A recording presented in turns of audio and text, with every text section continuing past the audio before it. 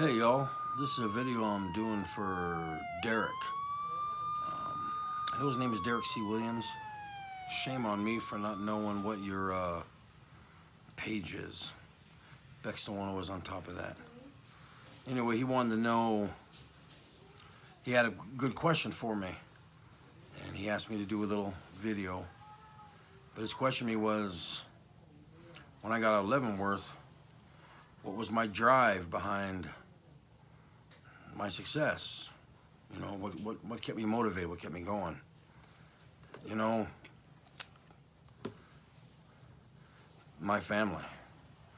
Bottom line, that's what it is, because I missed total 17 plus years with my kids. You know, I'd see them off and on when I was in between bits.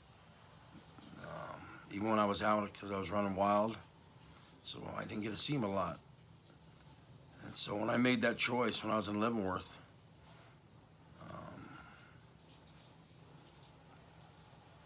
it just all came clear to me. And the day it all clicked and just made sense in my head, I just knew what I was going to do. Now, I had no idea I would do it in such a short time. You know, when I got home, me and Beck thought, 7 to 10 years. I thought that was, it was logical, it sounded right. But I just got with it right out the gate. There were a lot of people that helped me out along the way. You know, like I said, when I got out, I was working at a temp service.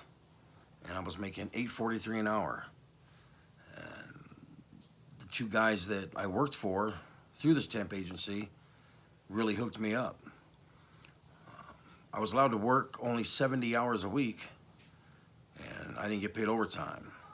But they would give me 70 hours every week, even on days and weeks we didn't work a full week or a full day.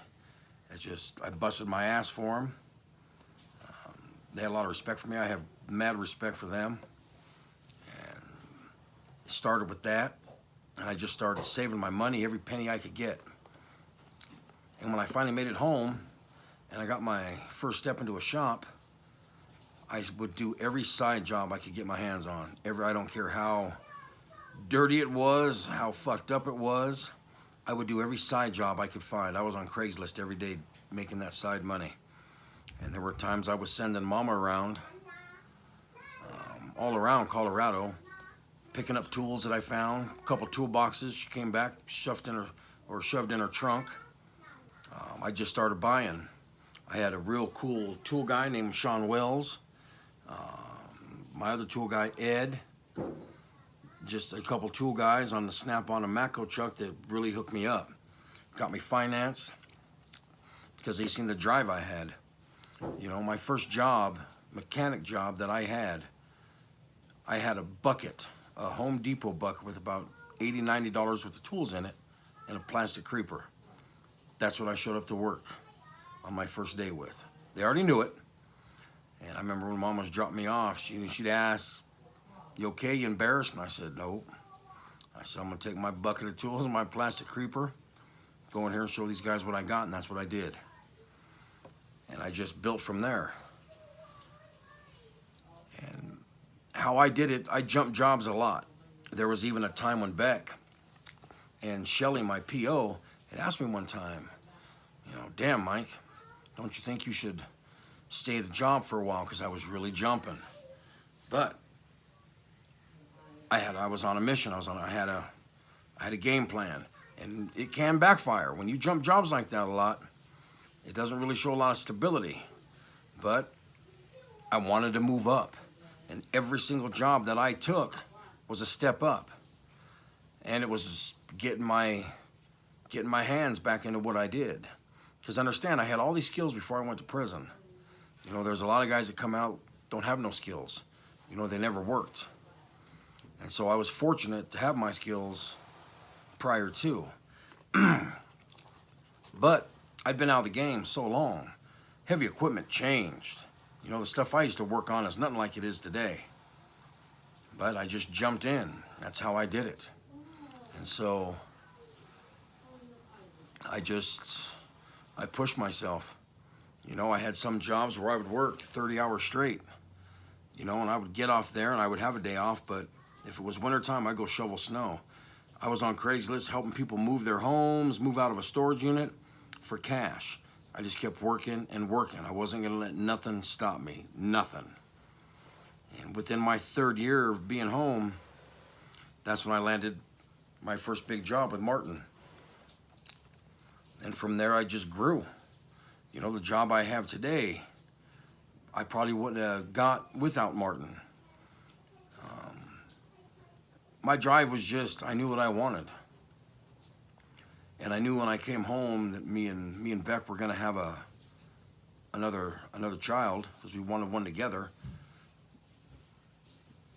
And that just drove me even more. You know, I got my kids. I didn't get all my kids back in my life. You know, my oldest daughter, I don't really see much of her. She's figuring her life out. My son, my 17-year-old, same thing. You know, he's figuring his life out. But to have Danielle, Leif, Junior, and Mia in my life, and my wife, and my father-in-law, and the good brothers that I keep next to me, it drives me every day. It just keeps driving me and driving me. And I tell Beck this all the time. Because there's some nights I come home, I can barely move. I'm just tired. But I always reassure her and I tell her, I said, baby, I said, I have no regrets about what I have to do to give us this life we have. Not one. Because my drive every day is her and the kids. Every day. And it makes me love what I do even more. Because there's never a time of the day that my wife and my family aren't in my head. I don't care what job I'm in the middle of, what I'm doing. If I'm driving in between, I don't care. I could be in the middle of a blizzard underneath a machine getting my ass kicked. And they're on my mind 24/7. And that's what makes me smile. That's what makes me enjoy more of the situation I'm in at that moment than just keep getting it done. I will get with it every day. And they're all the drive I need. I didn't really run into a lot of walls, you know, because of my past. That's one thing I'm fortunate with the line of work that I'm in. My tattoos or my past doesn't really hinder it. Never has. I just wasn't gonna let anybody or anything hold me back. I knew what I wanted and I went after it. And once I seen that we were gonna achieve that while still on paper, and we didn't have 7 or 10 years to wait, it just made me go even harder. And not everyone's gonna come out of prison with that mentality. They're just not. Because like I said, a lot of them have never worked. They don't know what kind of drive they need to find because they have no idea what they want or even what they can do. I don't care if you're working a temp service, running a forklift, working in a restaurant, or a cashier in a convenience store. It doesn't matter. You have to start somewhere. And I started at the very bottom when I came home. And I didn't care what job I did. I'm gonna give every job I do 110%. Because there's no such thing as a small job or, man, this job really ain't no big deal. Every job I do, every single thing I do well. And that's why I have the support group that I have, and that's why I got all the opportunities that came my way.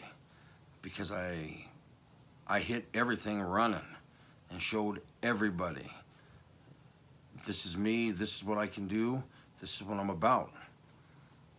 And it's got me to where I am today. And the drive will never leave me, ever. You know, like last year, hey, we were doing great, we're still doing great. But we got a couple big snowstorms and we had the day off up at the plant. But I told Mama, I said, I'm gonna go shovel snow. You know, she don't like it when I do it because I come home and I'm sore. But the reason I do it is because I'm never going to forget where I started and where we came from. There's no amount of money that I could ever make where I wouldn't turn around and go do a side job. Because one, it man, it humbles you. Because there was a time in our life when those snow shoveling gigs or helping people move and all those little side jobs I did, we needed that. We needed it to make rent, we needed it to make bills, we needed it to buy food. And so now I just do it because I'm never gonna forget. I will never be in a position, as far as career-wise, where I won't just sit there one day and say, man, fuck it. I'm gonna go hit the snowstorm. Or I get on Craigslist. You know, and I always call this easy money, because to me, shoveling snow is easy money. Yeah, it's physical, but it's easy money. Especially for someone like me, I love the snow. I love being in it. I'm out there doing what I love, and I'm getting paid for it. Just like my career, heavy equipment mechanic. Man, they pay me to do what I love to do, and I can't beat it. Hey, baby. Me and Faith just got out of the bath. Hi, honey. Give me 1 second, okay? I'm almost done. Okay? Get dressed real quick. You can't come on the camera with your towel on, okay, baby? And so, I just have too much drive, man.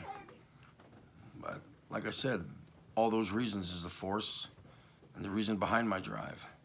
It has never changed and will never change. It's just gonna keep getting stronger and stronger and bigger, period.